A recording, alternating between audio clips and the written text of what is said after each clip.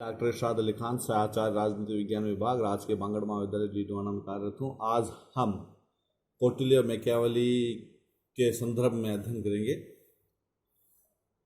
कौटिल्य को भारतीय राजनीतिक विचारकों में मैकियावेली मानते हैं, यानी मैकियावेली के जैसे इन्होंने व्यवहारिक राजनीति यानी यथार्थवादी राजनीति का प्रतिपादन किया था। मैकियावेली मध्यकालीन युग में आए थे, परंतु कौटिल्य हमारे यहाँ पर प्राचीन काल के थे। यानी कौटिल्य को भारत का मैकियावेली कहा जाता है।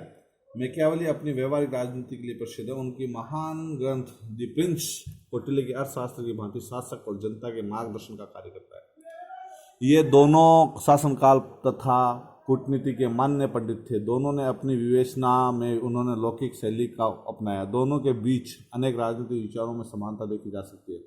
दोनों ने राजतंत्र का समर्थन किया। दोनों ही विचारक जनता की भावना के प्रति सहानुभूति रखते हैं। दोनों ने राज्य के हित की पूर्ति के लिए शक्ति, धोखा, छल कपट आदि सभी आवश्यक साधनों के प्रयोग का समर्थन किया है। कौटिल्य व मैकियावेली के विचारों के अध्ययन से हमें न केवल वर्तमान समस्याओं के बारे में जानकारी मिलती है, अपितु इन समस्याओं के समाधान के उपाय भी मिलते हैं। इस प्रकार कौटिल्य और मैकियावेली दोनों विचारकों की समानता या असमानता हम निकाल सकते हैं। आज हम केवल समानता का अध्ययन करेंगे, कल हम असमानता का अध्ययन करेंगे। कौटिल्य और मैकियावेली के विचारों में निम्नलिखित समानता विशेष रूप से है, जिसमें हम कह सकते हैं राजतंत्र का समर्थन। कौटिल्य और मैकियावेली दोनों ही राजतंत्र के प्रबल समर्थक हैं। उनका मत है कि राजतंत्र से राज्य की सुरक्षा और जन कल्याण संभव हो सकता है।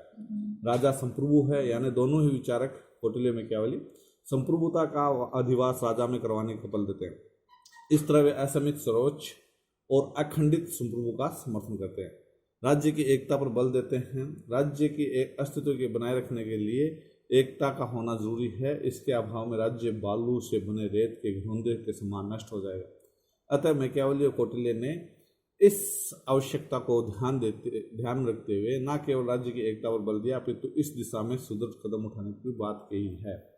राज्य के विस्तार के बारे में दोनों विचारकों ने राष्ट्र और राज्य की उन्नति, अभिवृद्धि और विस्तार पर बल दिया। राज्य का उद्देश्य अपनी सीमा का विस्तार करना है। युद्ध आवश्यक है, यानी मैकियावेली कौटिल्य ने युद्ध को राजनीतिक आवश्यक अंग माना। प्रत्येक राजा को युद्ध के लिए सदा तैयार रहना चाहिए। यदि युद्ध में कभी राजा को दूसरे शक्तिशाली राजा के सामने आत्मसमर्पण करने, संधि करने तो कर लेनी चाहिए और फिर सुअवसर पाने पर उसे तुरंत शत्रु पर आक्रमण करना चाहिए। ऐतिहासिक उदाहरण भी उन्होंने दिया। दोनों विचारकों ने विशेष रूप से इतिहास के अध्ययन के लिए भी समान दृष्टिकोण अपनाते हुए बल दिया। अर्थशास्त्र में कौटिल्य ने अनेक स्थानों पर भूतकालीन राजाओं का उदाहरण दिया है। दूसरे मैकियावेली भी अपनी मान्यताओं की पुष्टि रोम के प्राचीन इतिहास से करता है। राजनीतिक पद जो है, कौटिल्य और मैकियावेली अपने अपने देश के मुख्य राजनीतिक पदों पर प्रतिष्ठित थे। कौटिल्य चंद्रगुप्त मौर्य का प्रधानमंत्री था। मैकियावेली ने अनेक वर्षों तक इटली के प्रधान सचिव और यूरोप के अनेक राज्यों के राजदूत के पद को सुशोभित किया था। दृढ़ राष्ट्रवादी कौटिल्य मैकियावेली दोनों ही दृढ़ राष्ट्रवादी थे। वे अपने राज्य की एकता स्थापित करने के लिए कटिबद्ध थे। कौटिल्य द्वारा अर्थशास्त्र की रचना करने के पीछे मुख्य उद्देश्य एक विशाल एवं शक्तिशाली भारत का निर्माण करना था, क्योंकि उस समय भारत विभिन्न खंडों में विभक्त था। मैकियावेली ने इटली की एकता स्थापित करने की दृष्टिकोण से द प्रिंस की रचना की। दोनों का उद्देश्य एकता स्थापित करते हुए अपने अपने देश को देश विदेशियों से के प्रभाव से मुक्त करने का प्रयास किया था। व्यवहारिक राजनीति के बारे में हम पड़ोसी राज्य का सदैव शत्रु माना है।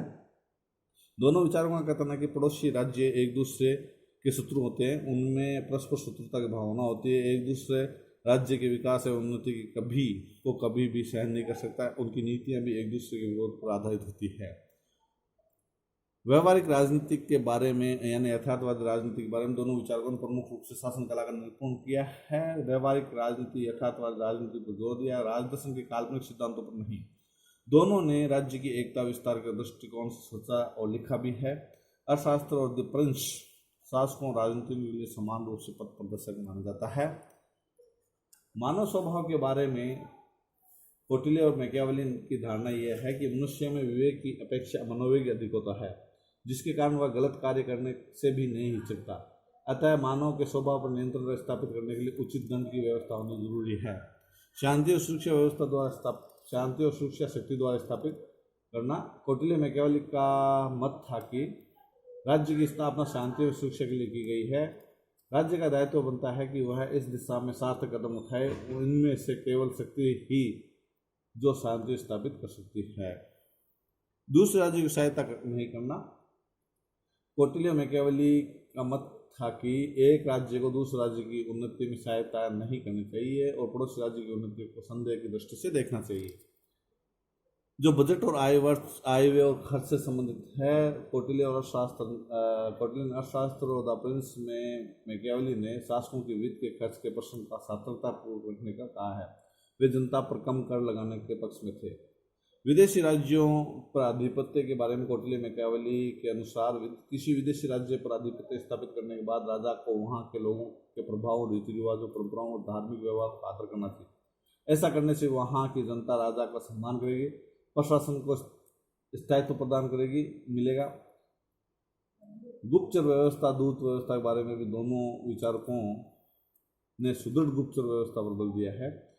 गुप्तचरों का कार्य केवल आंतरिक और बाहरी सूचना प्रदान करना नहीं, अपितु उनका महत्वपूर्ण कार्य यह है कि वे दूसरे राज्य के भेद प्राप्त करें, उस राज्य में अशांति को जन्म देकर उस राज्य को दुर्बल बनाने का प्रयत्न करते रहे।